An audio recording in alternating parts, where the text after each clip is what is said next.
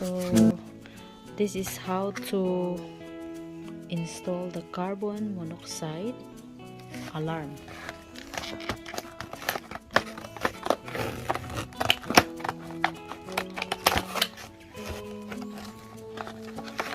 So just open that one.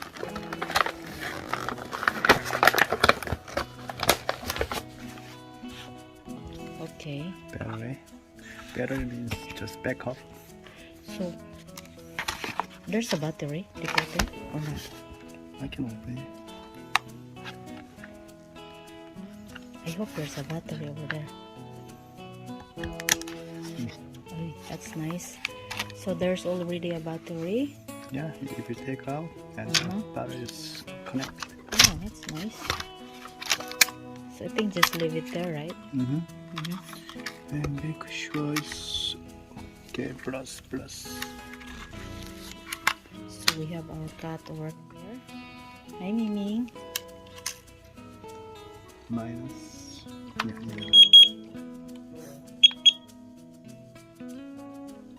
So if it's green, so that's okay. If it's red, then there's something wrong. If there's no battery, they will make a sound. Okay. So I have to plug it right away. That's one, and we're gonna plug that one. Okay. See, no more green color. They got the battery. That means a backup. I don't know how it lasts. Oh, I see. Okay. So just that simple. So this is how to install the carbon monoxide alarm. And most of all, they do not have a plug-in. They just battery and they put it on the top or somewhere, like old style. Okay. And then if the battery is getting die, a lot of alarm. Like next door, 2 years ago, we just opened the door.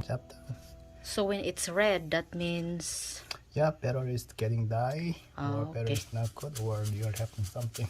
Oh, I see. Okay, so